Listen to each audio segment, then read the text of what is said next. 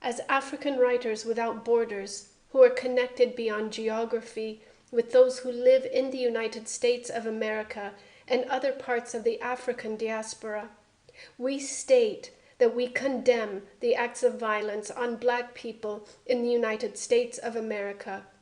We note in dismay that what Malcolm X said in Ghana in 1964, that, quote, "For the 20 million of us in America who are of African descent, it's not an American dream, it's an American nightmare," end quote, remains true for 37 million in 2020.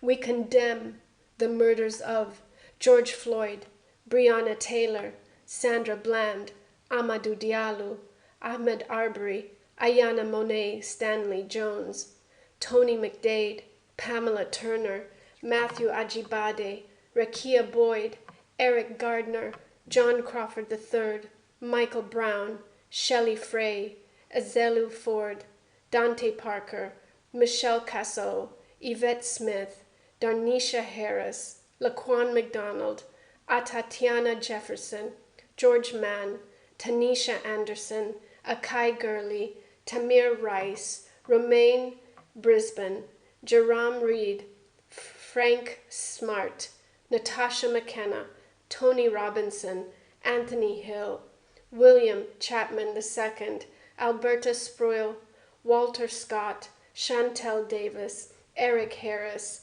Philip White, Maya Hall, Alexia Christian, Brendan Glenn, Victor Manuel La Rosa, Jonathan Sanders, Salvador Ellswood, Joseph Mann, Freddie Blue, Albert Joseph Davis, Darius Stewart, Billy Ray Davis, Samuel DeBose, Troy Robinson, Christian Taylor, Sean Bell, Brian Keith Day, Michael Sabi, Ashams Farrow Manley, Felix Kumi, Keith Harrison McLeod, Junior Prosper, Anthony Ashford, Dominic Hutchinson, Patterson Brown, Lamontez Jones, Betty Jones, Alonzo Smith, Tyree Crawford, India Kager, Janet Wilson, Sylvie Smith, Benny Lee Tignor,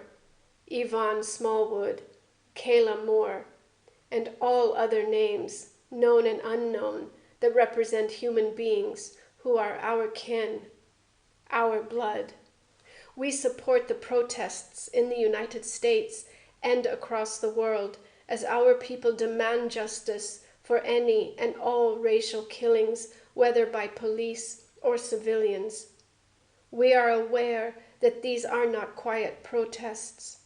We do not expect it, and neither should the United States of America. The killings were not done quietly. The police brutality and state-sanctioned murders were done loudly, with no fear of consequences from those who perpetuated them. We acknowledge the African Union's condemnation of the United States government's continual terrorism towards African Americans. We believe that the African Union can and should do better. We ask that African governments recognize our alliance and connections with our brothers and sisters across borders, from America to Brazil and through the rest of the diaspora, that they offer those who choose it refuge, homes, and citizenship in the name of Pan-Africanism.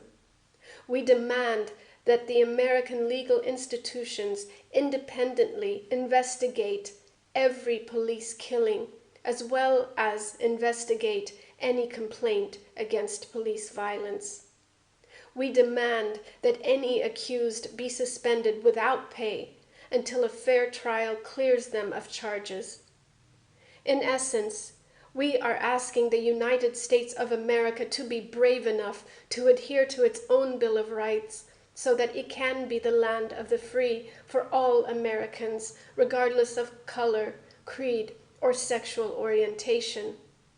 We assert that Black Lives Matter. As writers, we raise our fists in solidarity with those who refuse to be silenced. To our brothers and sisters in the United States, we stand with you.